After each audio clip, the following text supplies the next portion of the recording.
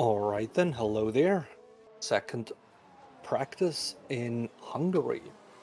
How are you all feeling? What have you done in your 2 hours off? In that time you have been waiting for my sweet, sweet voice to come back.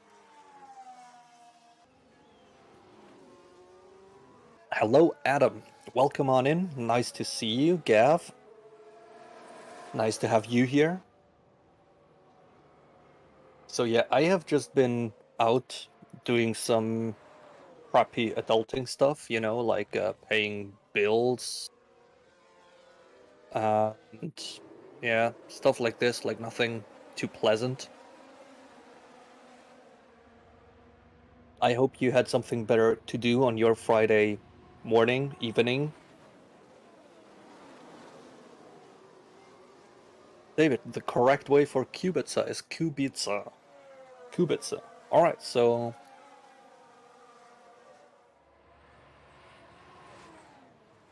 Gav, you are painting your bathroom. Now that is an interesting way to get yourself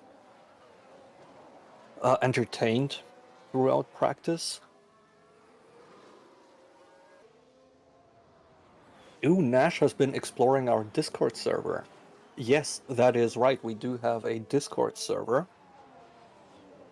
You can absolutely join there. We are currently looking into doing some community event-like thing throughout the summer break. We're currently thinking of getting the Formula 1 2022 game around and do our own little league races. So hop into the Discord server, as I would guess we will give the updates there if that works out or not, or what we are doing exactly. If we find the time to get anything like this done.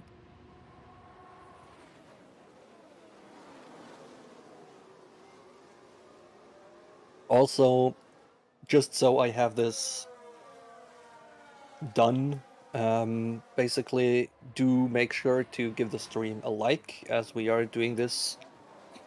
As you doing this helps us greatly in growing the channel and bring in more of these great non-toxic Formula 1 people we are having in here. Also, if you haven't yet, subscribe to the channel so you won't miss any sessions we are covering, as this has been every single session since for 3 years now. So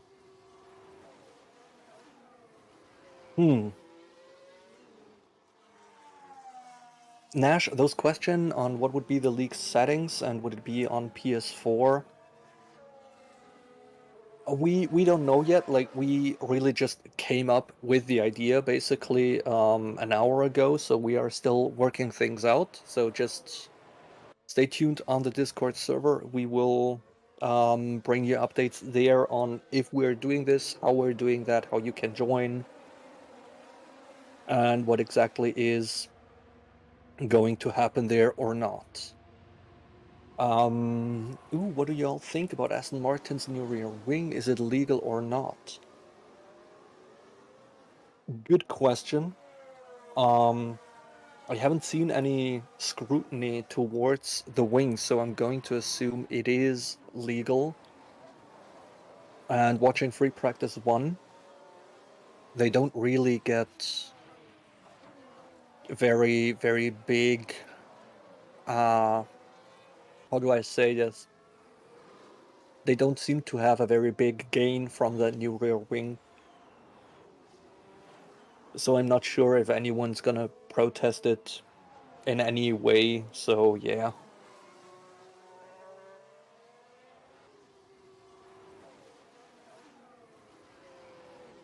Hooked on Classic is still playing the old F1 games. Well, your name says it all, they are classics, so...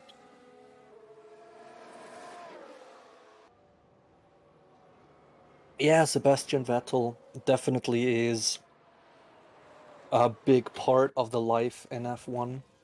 and it's really sad to kind of see him leave, but I kind of expected it last year. I also kind of expected it this year, but now that you really have the information out there with him really going, that's just sad. It has been surprising nonetheless. You know, those things you know are going to happen, but when they happen, you're still kind of taken aback by them. That's kind of Seb's retirement there. Maybe he's also just saying this so he can grow his Instagram followage. You know? So everybody goes there and follows him to get this message, and then he's like, "Oh yeah, nah, I'm staying." I mean, it's unlikely, but I am absolutely like sort of in denial there still, so yeah.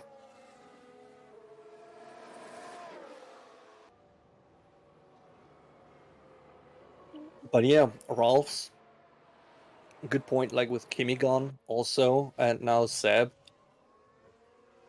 It's kind of, I know it's like this generational change throughout Formula One that is just kind of going to happen over time, you know.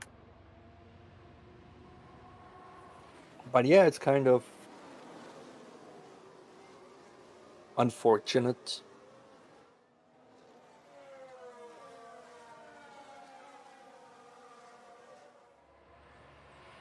Next year, only 3 drivers left from the 2012 grid. Yeah, sort of, but you know, Formula One hasn't been getting worse, so you have like, you know, still kind of, how do I say this?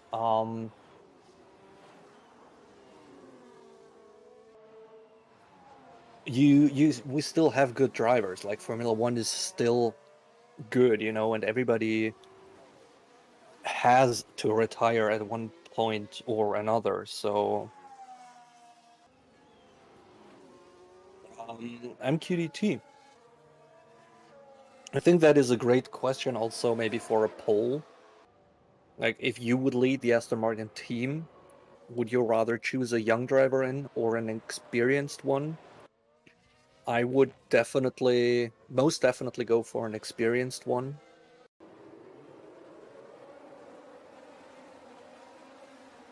Just because, well, they're still in a very developmental stage, and Stroll just isn't it, kind of. So, yeah.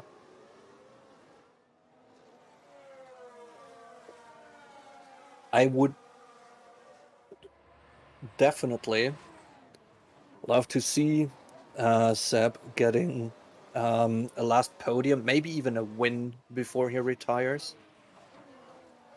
But in that Aston Martin, it's hard. I don't really see it happen, if we're honest. While I definitely think or hope or like dream of or would think it's very nice if just every other car is like, all right, we put in like, I don't know, 20, 25 kilogram of extra weight into the car without telling him, so he can have a great race at least once where he is kind of superior to everyone, you know, feel back into this time at Ferrari or Red Bull.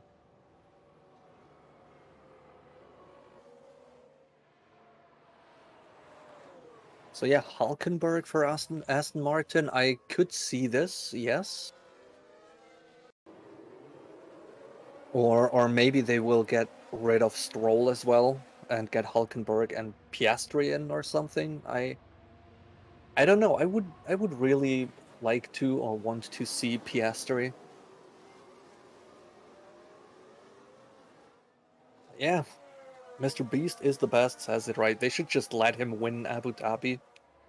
You know, but in this very silent conspiratory way that not even the driver know that they are like carrying around extra weight or something. It's just like, from all the team principles, like this under the hand shushy thing where they're like, hey, we're just gonna, add some weight to all the other cars, so Vettel can win this.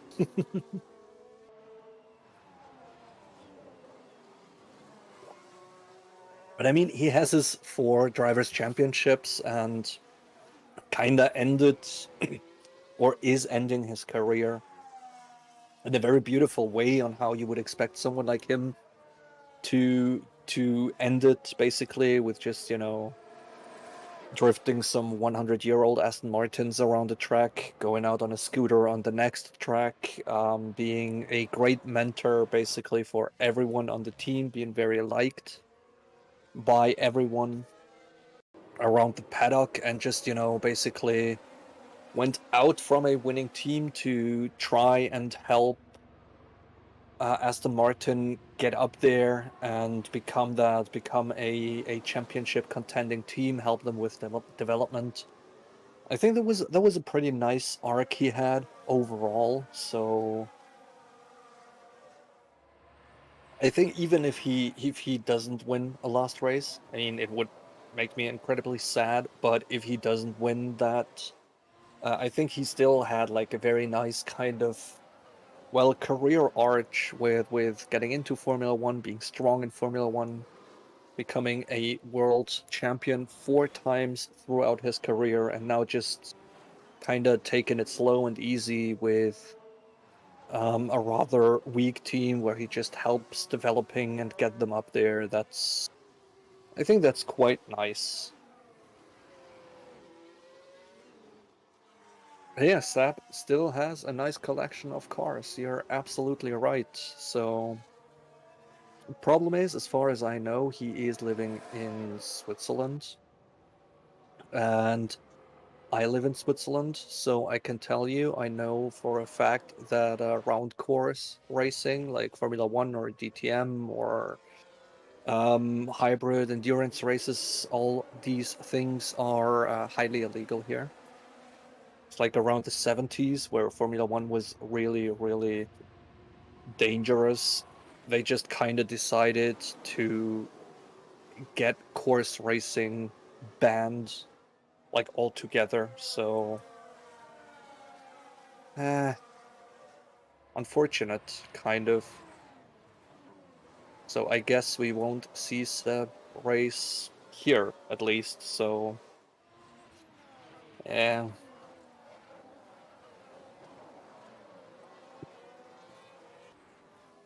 Ria's Grammar, you hope? There is no incidents like the last year.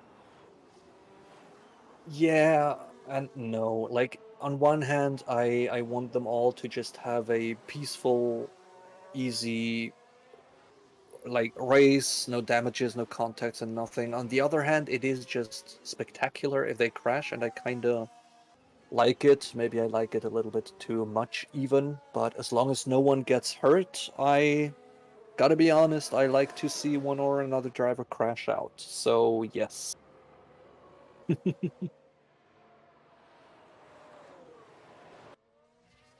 Yeah, hooked on classics. I'm kind of with you there with if they decide to retire, they should be allowed to win the very last race, but on the other hand, I mean, they're Formula One drivers, they're highly competitive. I don't think they really want the win if they don't, really, really deserve it. And my views on Lance, I take it you're talking about Lance Stroll, Seb's teammate, and just following up with a question, if I don't think he is overrated. I don't think he's overrated. I also don't think he's underrated. I think he's kind of rated where he needs to be. Like, nobody really expects him to win anything, but he's like okay-ish around the midfield. So the better question is, wouldn't there be a better driver Aston Martin could have than Lance Stroll, which I would say is definitely a yes. but he brings a lot of money into the team that the team just needs at the moment. So, oh, you mean overhated? Well, I gotta be honest there. I don't really, um, I'm not really around the Formula One community outside of the community here. And within here, I don't really see much hate going towards Lance Stroll, you know? It is a very how could I say this? We are a very, very cool community concerning that everybody kind of has their favorites, but also accepts that other people have other favorites and that other people kind of like other drivers and everything. So, yeah. I don't know if he is overhated in other communities or something, but from what I see in my Formula One social media bubble, he is absolutely not. So, um, yeah, no, I wouldn't know. Like, I don't think he deserves any hate. He's doing a solid job. Like, he isn't the best. He probably won't win a championship or anything. But I think throughout his career, at least as long as he stays with Aston Martin, he might, yeah, well, he might just get some solid performances in, and that's okay. Like, he's definitely a better driver than I am, so yeah. Any predictions on who will go bowling this year at the race start? Oof. I have no idea. Um, I guess. Yeah, no, I really I have no idea. It depends on how the grid is built up. Like, I guess it would be someone around, yeah, maybe fifth or sixth place on the starting grid, whoever that is. But I don't think we will see this bowling event repeated this year. So yeah, Giuseppe Pascuzzi, Italian name, I guess. Do I support Red Bull or Ferrari? It's hard to say. Kinda neither. Currently, my heart is definitely more with a Ferrari. Like in the beginning of the season, when Red Bull had their struggles, my heart was really with them just because I want everyone to do good. Now that Ferrari is having all of those struggles, I'm definitely with them and very happy for every pole and any position and any gain and everything strong they are having. But like if I really had to put like a team I'm really a fan of, it really has to be Haas and Alfa Romeo. So those are really the teams where I'm like, yeah, they like I'm waiting for a Haas dominance, basically. So yeah. So we are green, and again it's the Aston Martins lining up at the very front with Vettel starting this session, being the first one out on track, followed by his teammate Lance Stroll, and then the Haas of Magnussen. Valtteri Bottas also really keen to get out on track there, so yeah. And Thada, will Sainz take the pole? From what I have seen, he seems to be more comfortable on the track than Leclerc is, so he might take pole from him. I'm not quite sure. Like, I'm always a little bit cautious with predictions like that. I mean, it is fair to assume that it's either a Red Bull or a Ferrari on the pole, but who exactly it will be, I don't know. I just always kind of tend to go for these very bold predictions and just be like, well, it's going to be Perez on pole followed by Sainz. Um, Leclerc having a moment in qualifying and going into not finishing Q2, I would say, and we got Verstappen, I don't know, crashing out in Q1. I don't know, something like that. I would really like to see because yeah, well, the car's dominance, Ferrari and Red Bull, is undeniable. So it is going to be either one of them on pole. But I kind of just don't want it to be Leclerc or Verstappen again. You know, like if it is about me or if I could choose, I would definitely, I don't know, wish for a Ricciardo or I don't know, Schumacher pole. So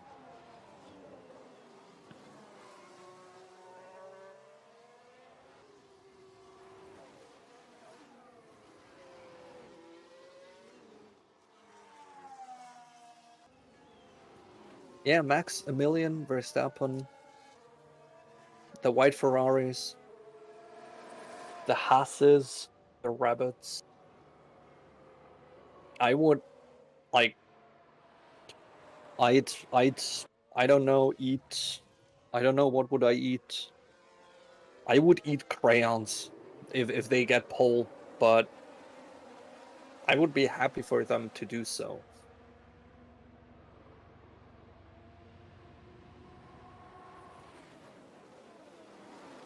Lord Magus, you think Perez will take that P1?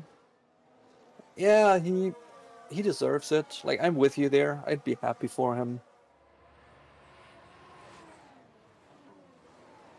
Yeah, racing statistics coming in with a great thing, just having Verstappen and Leclerc in P19 and P20 respectively, and then battle each other while they fight their way through the field. That would look great. That would be a great race, I think.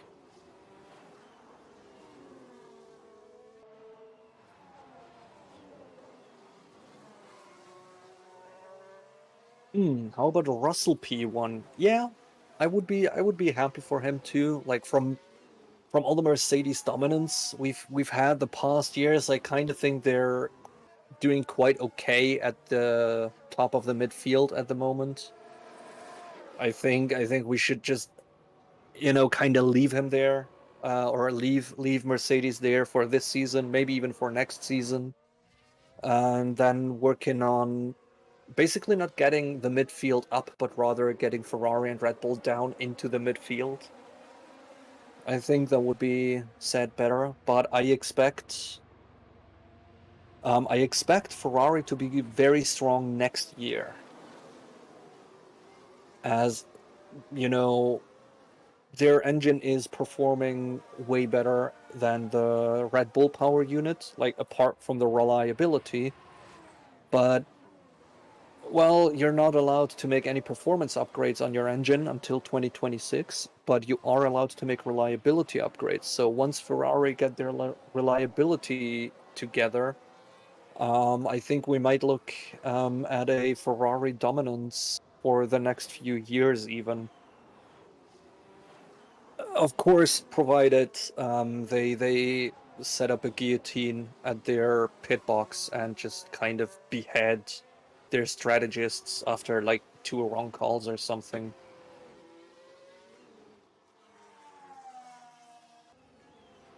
So yeah, by the way, sorry I missed that one. Nathaniel, welcome on in, you absolute legend. Glad to have you around. So yeah, what do I think about a Peugeot or Maserati Formula One team? I like it, like both of them. As you know, in my perfect little world, there should be 10 engine manufacturers for 10 teams, kind of. I would really, really like to have this.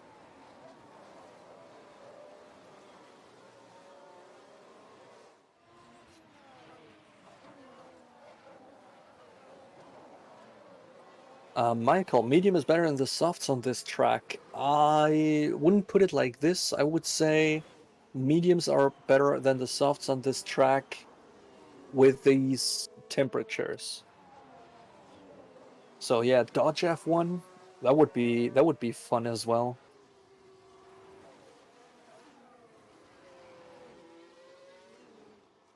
I think Leclerc or Sainz should be the definite first driver for Ferrari. I think they're doing good with Leclerc. Like, yeah, he is kind of outperforming his teammate quite regularly, and mostly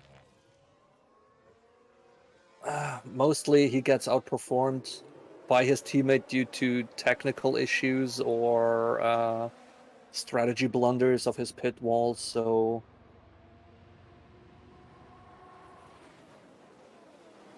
yeah,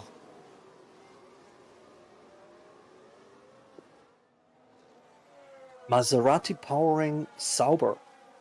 That would be that would be quite nice, but as far as I'm aware, Audi is looking into buying um Alfa Romeo Sauber. So yeah. Bratis, do you think the FIA will change porpoising rules in favor of Mercedes? Do you think that's unfair? Yes and no. As it's kind of hard to say. I mean, the FIA's job is it to ensure the safety of the cars, of the drivers, of the audience, and if they deem porpoising to be an issue, they got to do something against that. And there's no question whether you like it or not. It's their job, and they got to do it. And ooh, there's a little bit of a moment of Mick Schumacher through the turn 6 and 7 chicane, but he caught that well, just lost some time. And yeah, tires, like on the replay, looks like the tires are still okay, so we're good there. Um, so yeah, basically, I think having a regulation on porpoising, yes, that seems necessary.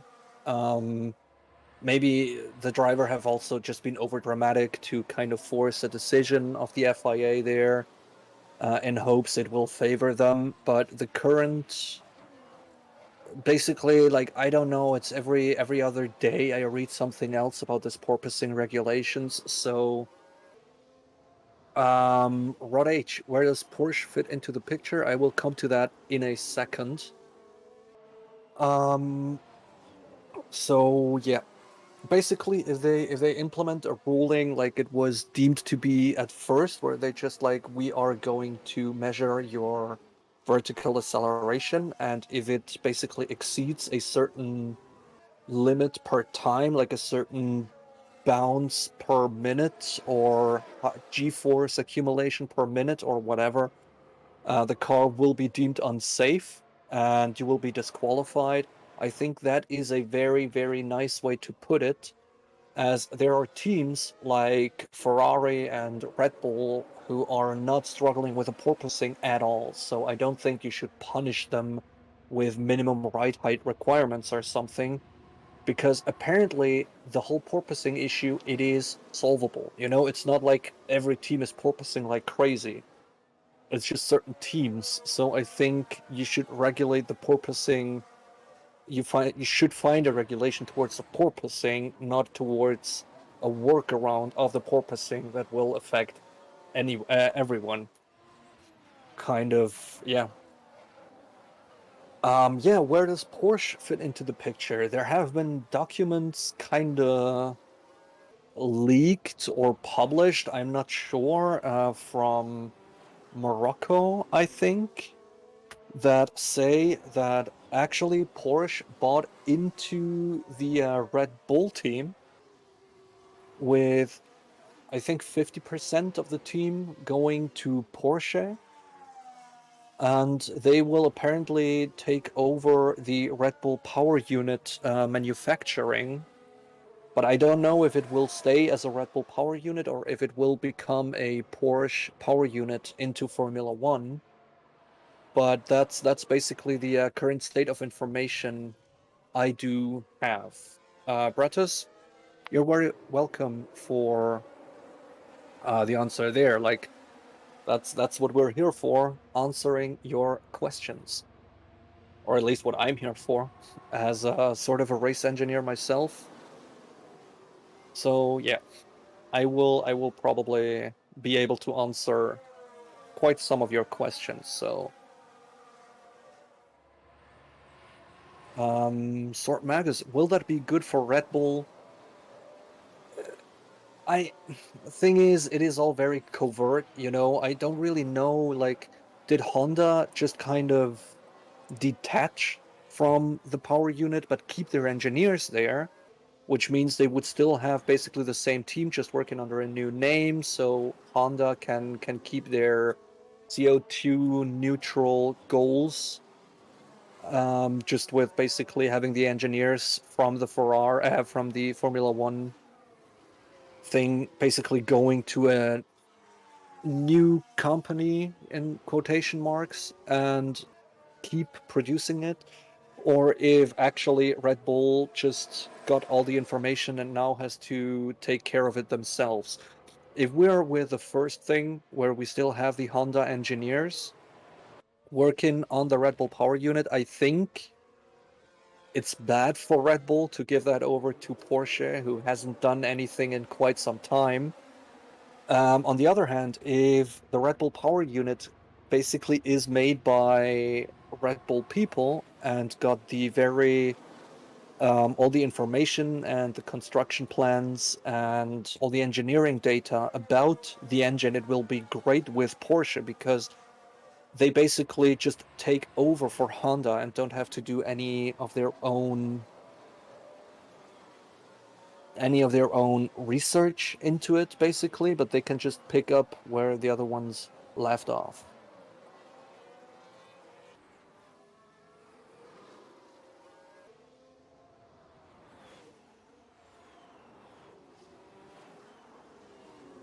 That looks quite nice. We are about 15 minutes into this session, and I can see a sneaky little birthday boy there in P5 on a medium tire, so that's quite nice. I mean, he's only 2/10 off Perez, so maybe we will see him fight there.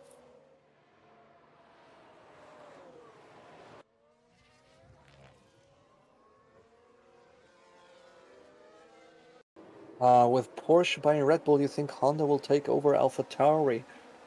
According to what I know, they won't, as Honda, with effective this year, they completely withdrew from Formula One.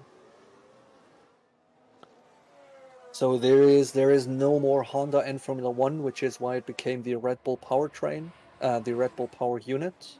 No, Red Bull powertrain it's called. I'm a little bit confused on that still. So yeah, no, I don't think we will see Honda back in Formula One all too quick, as they left it because they can't have like that very wasteful sport, basically, with their own goal of setting the company to CO2 neutral within this year. So yeah, Alyssa Katharina de la Cruz, Honda withdrew this year because, yeah, basically they want to go CO2 neutral, and they can't see themselves going CO2 neutral with Formula One in the picture. So yeah.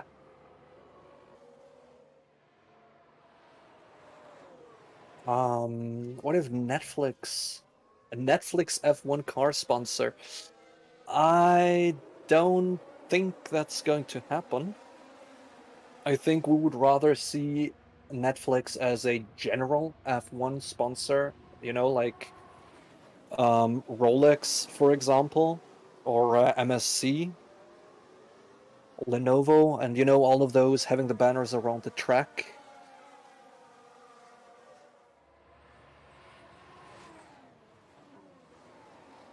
So yeah, with the question, will Red Bull become slower if Porsche takes over? You can't really say, because it depends on in what state the Red Bull power unit is, or the Red Bull powertrain is, when Porsche comes there. And the other question is, will they be allowed to use all the research data they're having from Honda? So there is really no way to say this apart from just wait. DHL is another main sponsor of the event. They are a sponsor of like the whole transportation thing, sending the cars around the world basically. So yeah, now I could see a Netflix sponsoring, like with the whole Drive to Survive thing going on, but I think they would be, if they do this, they would be a main sponsor, like of Formula One in itself. So yeah.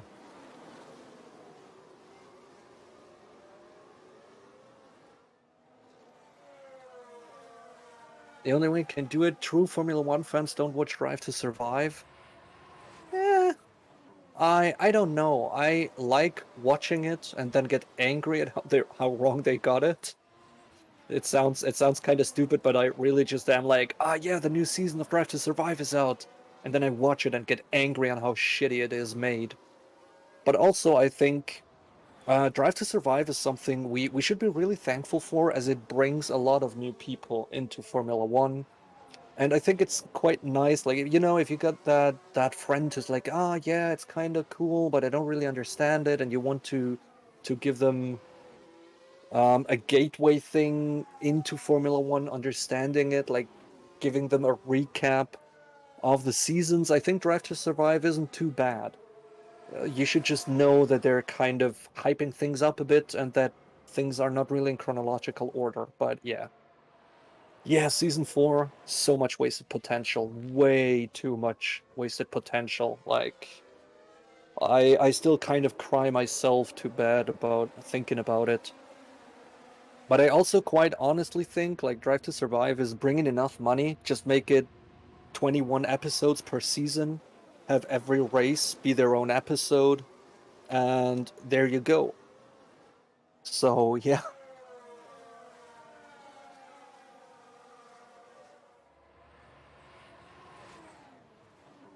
You remember the no, Michael? No, that was so not right. Yes, I really don't like. You could. There's so many factors and so many things that have been going wrong there. That is like I don't even want to talk about that. It's just no, no.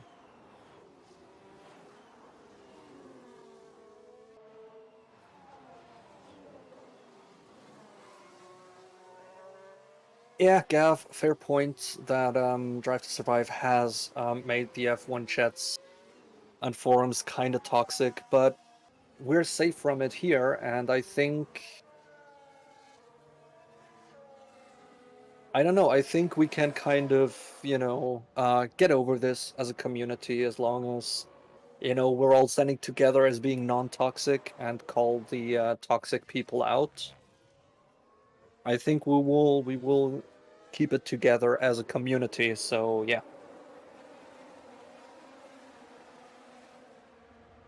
yeah, it's quite nice there. I mean, the birthday buff has been pushed down into P6, but that's okay because Vettel has taken that P5. All good. We're still there, Looks like Albon has been going very fast through Sector 1, at least in the beginning, until he spun out or something. He is driving, okay. Car is getting back on track. He was just standing in the runoff off turn 1 there.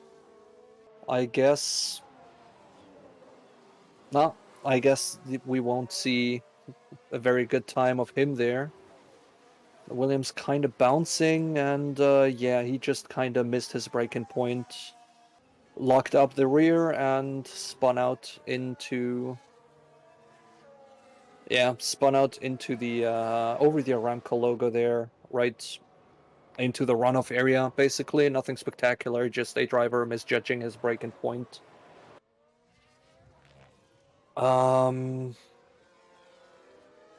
What do you think about Leclerc's crash last weekend? Very heartbreaking. If we're honest, very, very heartbreaking. I don't know. It's just, if he wins or loses, that's none of my business. I like to see him win, or rather, I like to see him fight. But, eh, seeing a driver caught out like this, it's just sad, and you can't really say why. Was it his mistake? Was he left out too long on the tires? Was he nervous? Was there a bump? Was there? We will never really know. So yeah, it's just like that scream over the radio that has been so heartbreaking, and especially with the car being intact and just being launched into the barrier and not able to get out. Like, he could have been getting it out there. If someone would have just lifted that tire barrier, he could have, continued. So, yeah, I don't know. There we go. Now I see some pictures of what exactly has been upgraded on the Aston Martin car. So,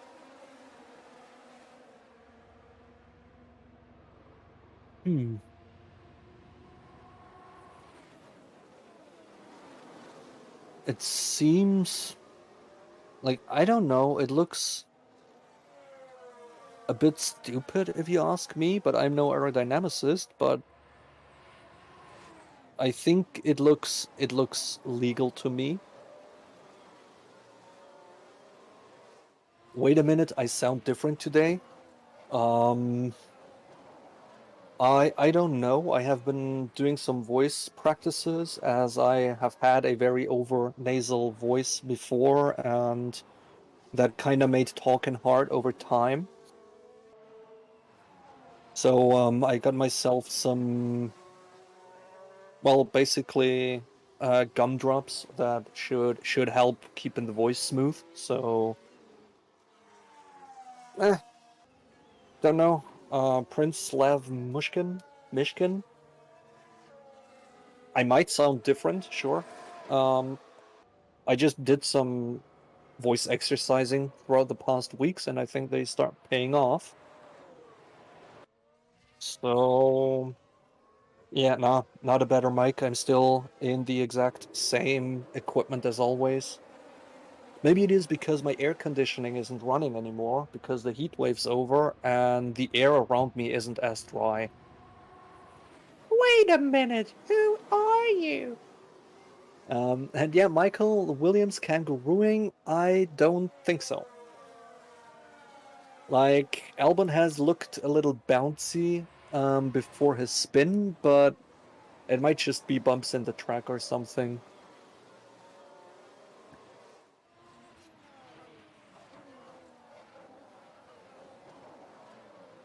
So, what's Norris doing? I mean, that's a purple sector 1, a green sector 2, apparently not, a yellow sector 2.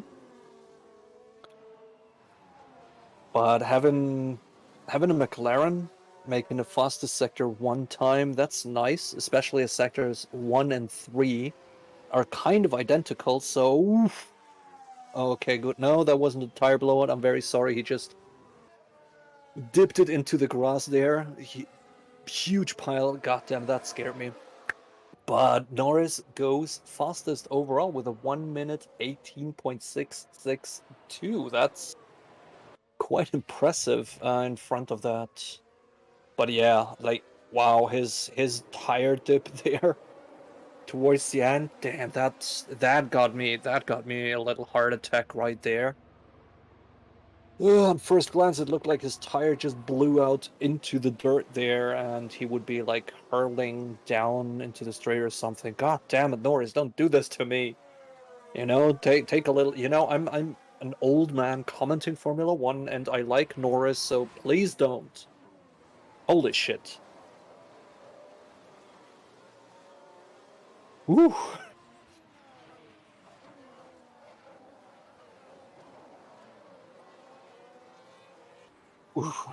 Yeah. Wow.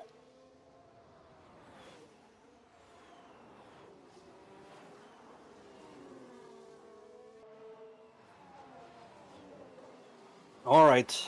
I guess I'm back. Nothing bad happened. They might just, brush some dirt off the track. So we are good as we are on board with Hamilton, who puts in personal best in sectors 1 and 2. Um, but yeah, only putting it into P6. And meanwhile, we have seen Alonso and Vettel improve quite a lot, actually, into P3 and P4. So I am very keen on seeing where Red Bull comes in there as we see Charles Leclerc going through that last corner, improving and putting Norris down back into P2 by about 2 tenths. So I don't know. I hope we will see Norris back up there. That was scary.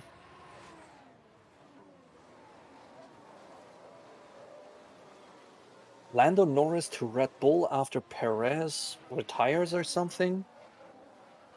I would I wouldn't hate it.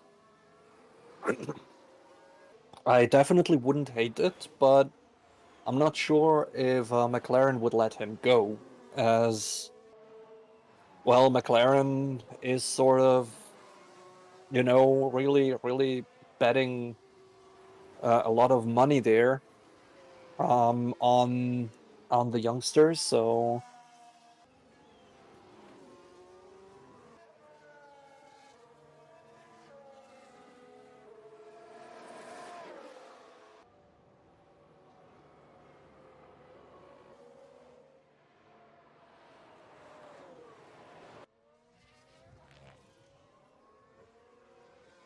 yeah, I mean, it looks bad for Red Bull. Kind of, they really got to go behind their whole setup because, as far as I'm aware, Perez put out a push lap.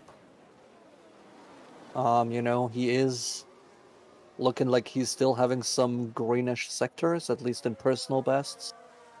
And yeah, now he's back out. He will probably give another aero setup a go. And Ocon's flyer there looking very aggressive, like right on the limit. Almost seen him like before my mental eye. I've seen him fly off the track already. He's not doing too bad of a job still. About once. Oh, sorry there. Still looking about 1 second off the pace, if I'm not mistaken. Bottas putting it up into a P7 as well.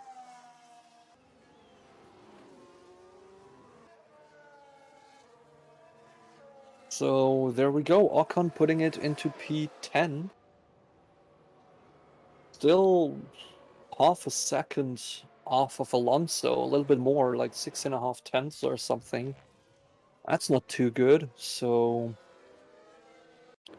but yeah, it looks like lots of them are getting out on their red tire runs now, as it looks like the time at the moment is kind of right for red tire running. Yeah, Sainz complaining there. Sainz complaining about Latifi not getting out of the way quick enough, and we get the first representative lap of Ricciardo, putting him into P3 there. Currently, lots of traffic out on the track. And everybody just running their red-framed soft tires, trying to get in their qualifying simulations. But, you know, in my opinion, we could stop the count. I mean, it looks good having P2 and P3 in McLaren hands. Absolutely fine. P4, P5, Vettel. Yeah, that's it. Will it stay like this if we just, like, you know, cut the stream here and it's like, yeah, no, we're good. That's what we want to see. Too late. All right, Sainz goes faster than Ricciardo, but he is still 200th of a second behind Norris. So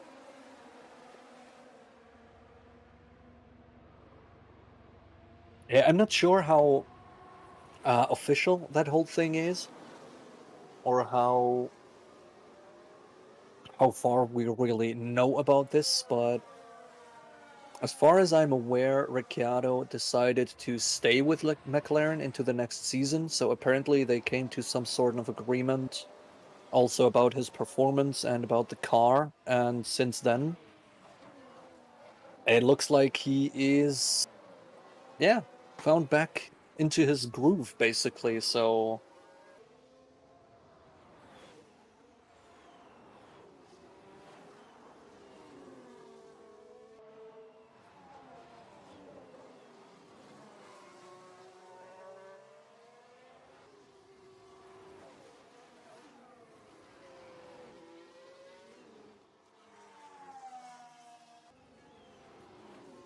How about it? Hamilton giving the red tire another go, but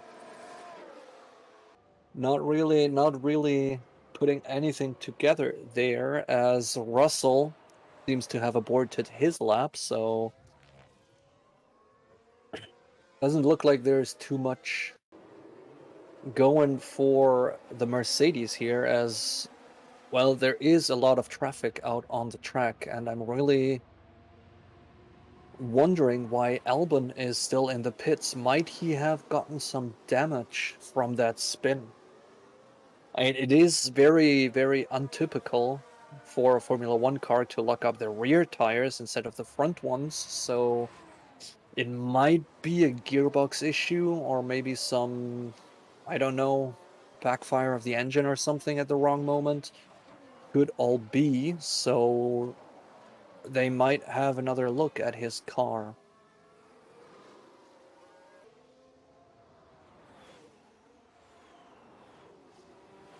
Rolf, you think it will be a very close fight into Q3? I hope so. You know, just like this incredibly satisfying moment when you see, I don't know, Vettel in Q2 being in the elimination list, making his last run out there, and then just, as you can see, like this little bopping out of the danger zone. I always think that is so satisfying to see.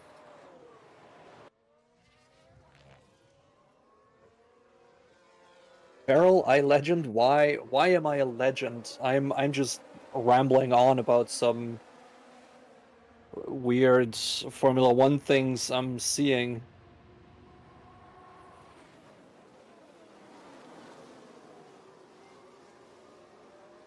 Hmm. Oof. Lot of luck up there for Russell on his front right throw turn one. But he seems to be complaining about that turn for quite some time. Meanwhile, so something is amiss there. So yeah, who do you think is getting more points, McLaren or Alpine? As it stands now, just like looking at kind of the performances the cars are having, I would say it's definitely McLaren going to get more points tomorrow, as I will just boldly predict Ocon will have a shunt or something and tumble down the order quite a lot, or maybe having some front wing damage, needing to replace it. Something like this.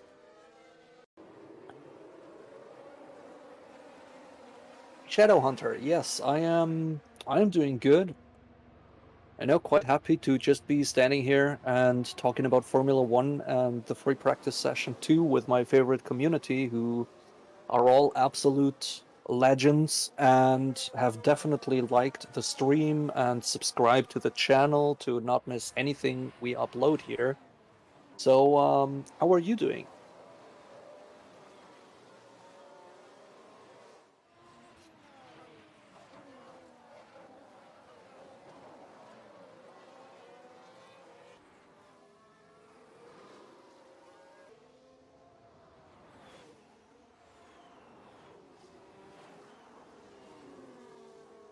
So, Shadowhunter, thoughts about Seb? Yeah, it's making me sad. But, everyone's gonna leave the sport eventually, so yeah, I think yeah, it's making us all sad, but it is what it is.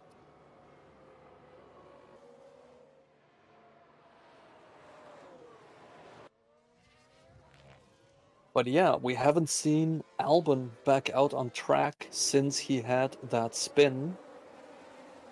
So there is most definitely some sort of damage to the car.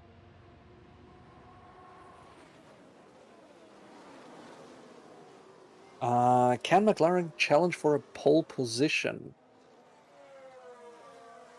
Nice question. No. Is Norris holding up Hamilton? I don't think so. Like, they don't really share track position at the moment. They could get around each other quite easily, so I don't think that he is holding him up or anything.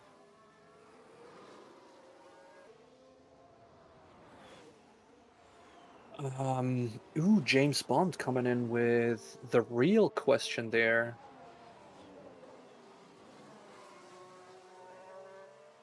Who will win with even cars?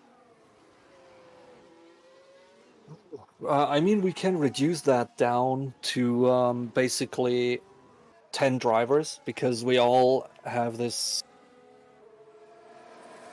kind of dominant one of the teammates who are definitely winning against their respective teammates, and they are in equal machinery. By the way, talking about equal machinery, did you know that Rosberg beat Hamilton in equal machinery there once? Something.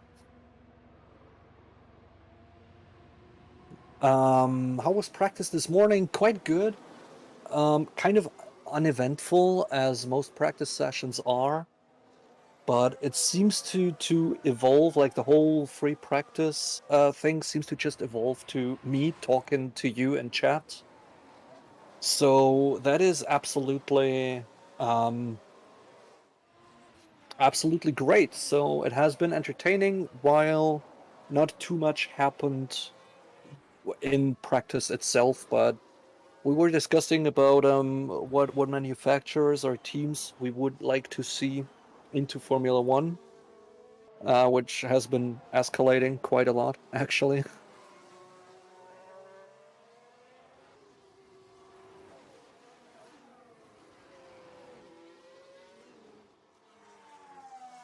So, who ends drag racing duelists? Who ends up with more points by season's end, Haas or Alpha? How dare you pan my two favorite teams out against each other? That is not cool of you. That is absolutely not cool. But I think it's going to be Haas. Because, well, Alpha has been putting in basically the same performance over and over. Like, they are very consistent. while Haas has shown that on a good weekend they can, like, really compete almost with Mercedes, but they're definitely up there. So I think, or I hope, really hope that they will, or I really think that Alfa Romeo, Haas is able to beat them. Not by a landslide, but I think they will beat them. And Max, thank you for this 20 Australian dollar donation there. So, did you know Nico Rosberg beat Lewis Hamilton in 2016 in the same machinery? Mind blowing. No, I did not know. I think nobody knows that. Like, I have never heard of this once. Like, who even is Rosberg? And who is this Hamilton you're talking about? And like, how did they beat each other? That's spectacular. Please elaborate on that. I've never heard that one before.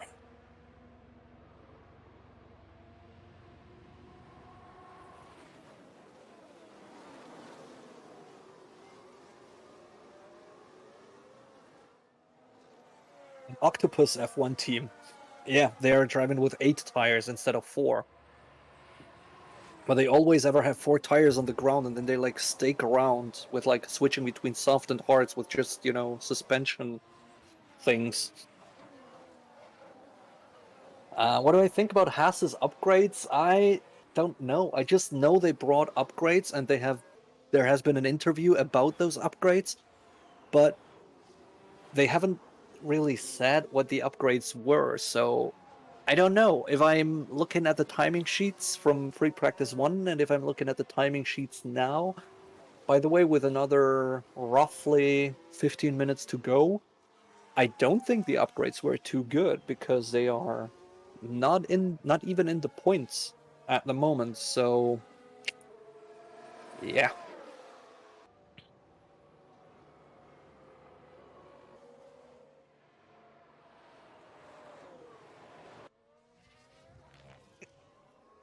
MQDT like this. Nico, it's your career over, Rosberg. Nice name.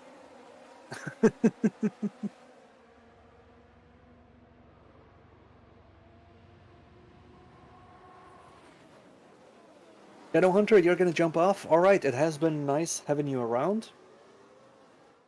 Always happy to see you. I hope you will come back tomorrow for Free Practice 2 and qualifying.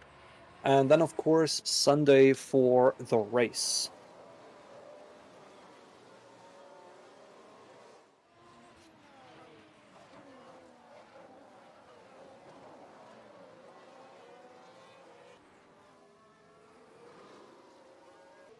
Yeah, like with the Haas upgrades, it's difficult. Like, I have seen an interview where they have just been talking about their upgrades basically, but didn't tell what it is. So I have no idea what they brought. Haven't found anything on it, but to be honest, I haven't been quite looking as I had some other things to do.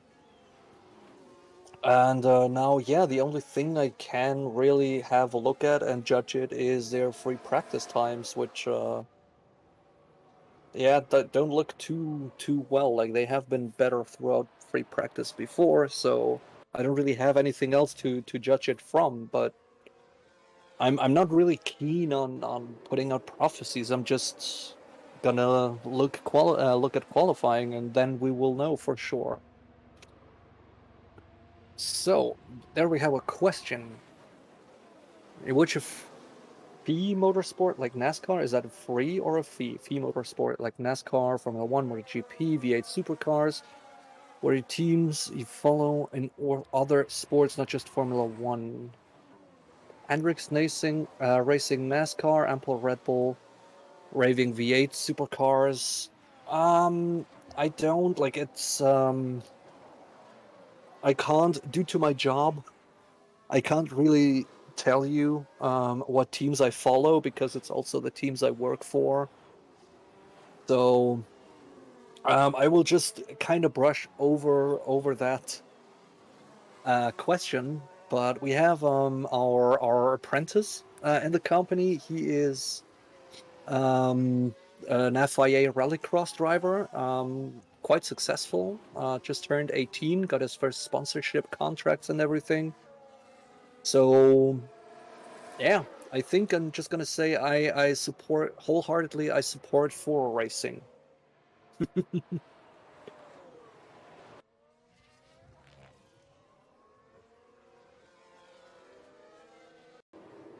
Dell Hulkenberg back for Vettel's seat.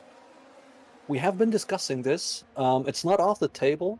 I don't know how realistic it really is, but I think yeah, it is one of the probabilities. So yeah, Sledge, did Mercedes bring upgrades to this race? It is just free practice. It isn't the race yet. That's going to be on Sunday, but not that I'm aware of. Like maybe they brought some and it just slipped my attention as I had a very hectic week and didn't really get to look around. And once I got time to look into all the things happening, I was kind of focused on Vettel's Vettel's retirement. Same as I was pretty focused on this whole Porsche and Audi thing who are getting into things, getting into the Formula One. And it seems like Verstappen is complaining about hard oscillations into turn 11 and turn 4. Let me check the map. Those look like the highest speed corners on the track. So might Red Bull have some porpoising issues now? I don't know. I don't want to say anything about that. But it might be, or maybe it's just bumpy track. I mean, he doesn't have the issue into turn 10, who is arguably about as fast as turn 11. And he doesn't seem to have the issue on the straights, so...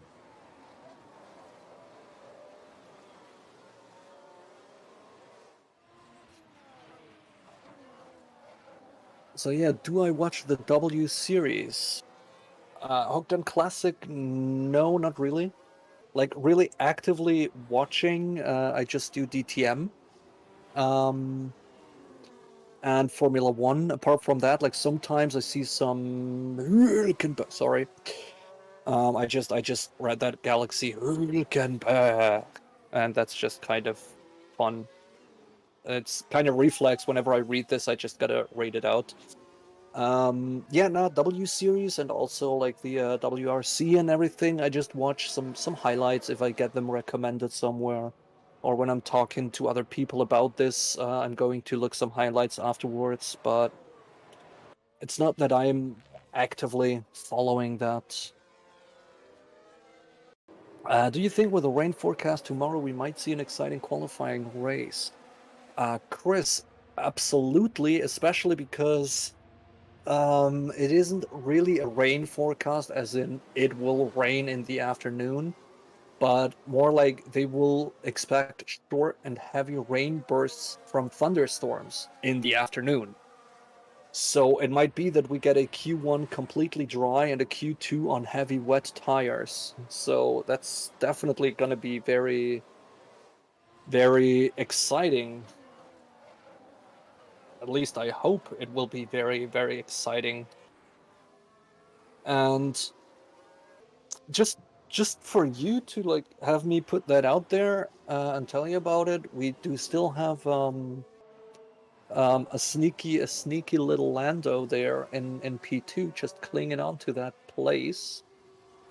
And looking at the timing sheets, it doesn't look like anybody's gonna take this from him for this session.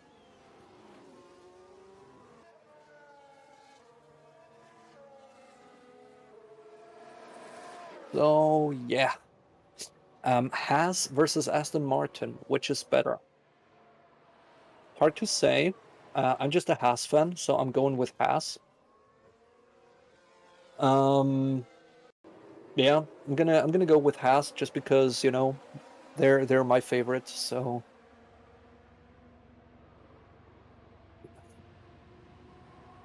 Damn, you are spicy today. Do you think Leclerc will do a Leclerc or will Ferrari screw him up? Um, I think Ferrari will screw him up because Leclerc isn't a driver you see do many mistakes. You know, it's rare seeing him really like doing mistakes or kind of ruining his own race. Like in France it happens, but I wouldn't know apart from that. Just like by heart in recent few races. I think it's always been strategy rolling him over, or maybe some reliability for getting the loop while he dropped the soap, but never really his own doing. So it will be Ferrari.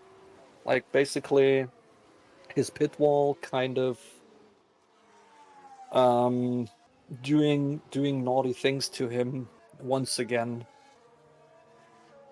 So yeah, I think there isn't enough lobster in the world for Ferrari to take Leclerc out for all the dinners they own him for, basically just screwing him over and over.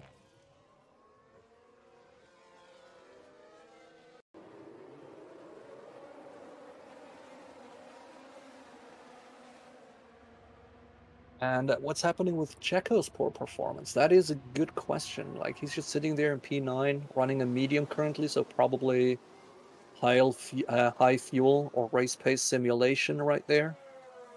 I wouldn't know why he is down there. I mean, he wasn't particularly um how's the word? Eye-catching or something. Like, he wasn't particularly he didn't grab any particular attention throughout this practice. That was just very quiet around him, so I guess the Red Bulls just aren't really feeling comfortable around this track. I mean, it's also Verstappen in P4, which isn't too weird. Having him around there, but with a Norris in P2, and like it's all just within 3/10, and then just having another McLaren directly behind Verstappen. I feel like we have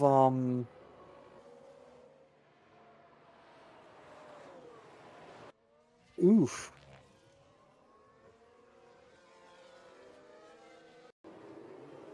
Yeah, talking about Leclerc getting screwed by the Ferrari, they just basically dropped his car. So yeah. Uh it's just how are they like how are they a team? It's just like, oh, come on. It has really just become a meme around them. Like they're dropping cars, they're making obviously wrong strategy calls. Like really to a point, like I'm very humble. I wouldn't take myself for a good Formula One driver. Like if it is me against, I don't know, Mazepin, I'm fairly sure Mazepin would win. I don't see myself with any chance there. Getting a very realistic thing. Like I also don't think I would be good as a team leader or whatever. I don't think I have a place in Formula One, maybe as a pit mechanic, but that's about it. But if you ask me, I think I would be better than the Ferrari strategy team. I think I could do that better.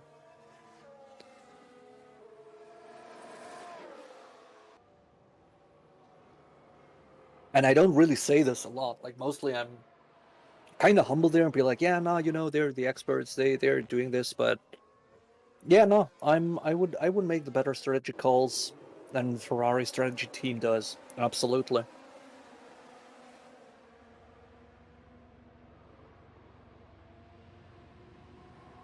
What do you think of Plan E? I think that it went exactly as planned, as Plan E definitely stands for Plan Engine Failure.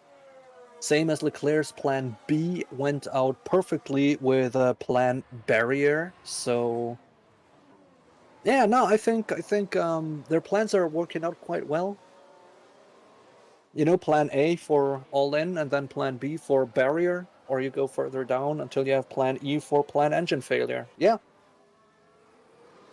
I mean, it isn't good calls they're making, but they work out. you know?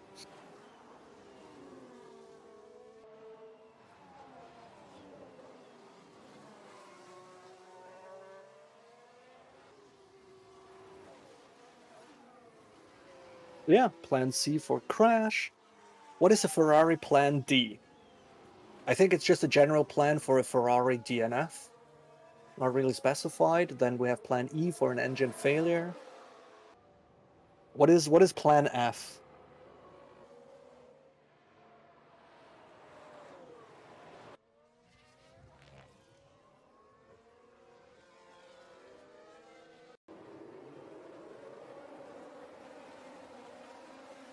It is also not a bad one. Plan C for cut power. Plan D, ditch into gravel.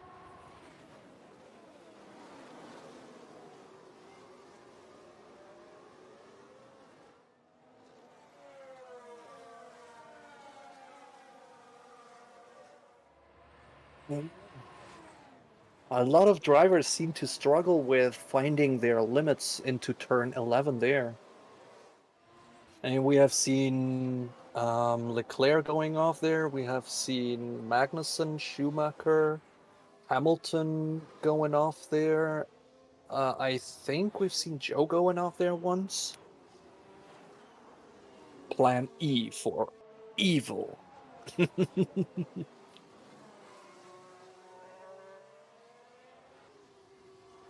Yeah, there we go. Sainz versus Perez. Great battle. Ferrari just pit, box, Sainz. Yeah, great.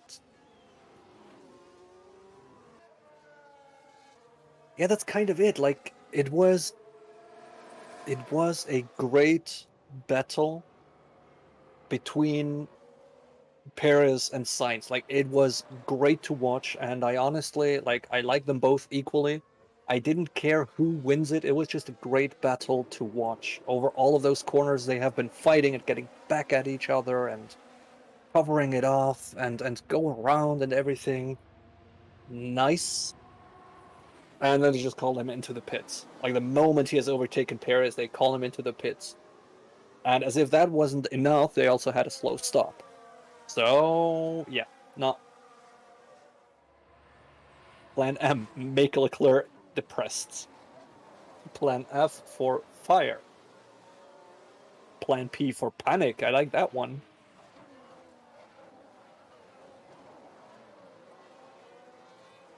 Don't do this. Don't give me hope.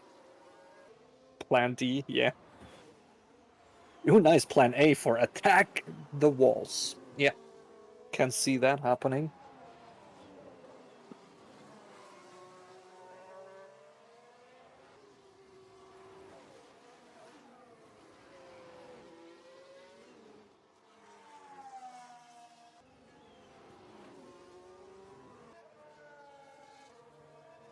So yeah, we are in the last about 30 seconds of the session.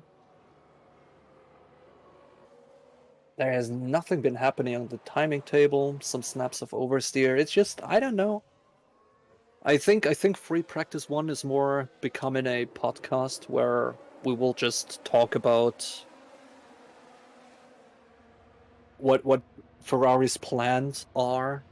Plan V for Vettel.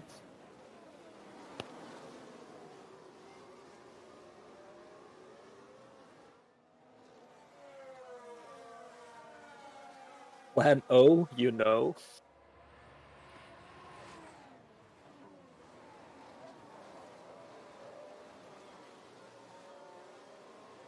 That's great. So we are having the checkered flag waved, Sainz being the first over the line with Joe, Perez, Vettel, Russell, everybody just coming in, getting their last laps done, lining up on the grid for some more practice starts. So yeah, but Mercedes looks not too good here with P8 and P11. But Bottas and P10 just ahead of Hamilton, so they are still quite inseparable. Still, just as in the old Mercedes days. Yeah, Haas's upgrades don't really seem to do them any favors so far, as they are still 16th, 17th. But yeah, there is a cheeky breaky Norris in P2. That's quite a surprise. Quite nice to see as well. So yeah.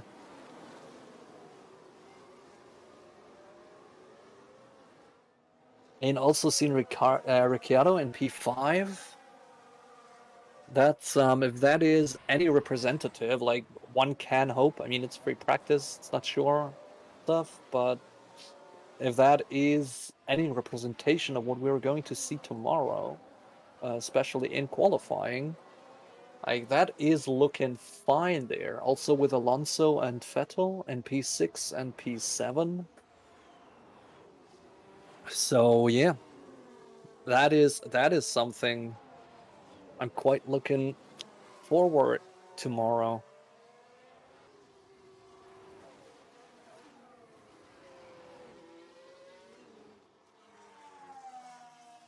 Plan P, go P1 and bottle it.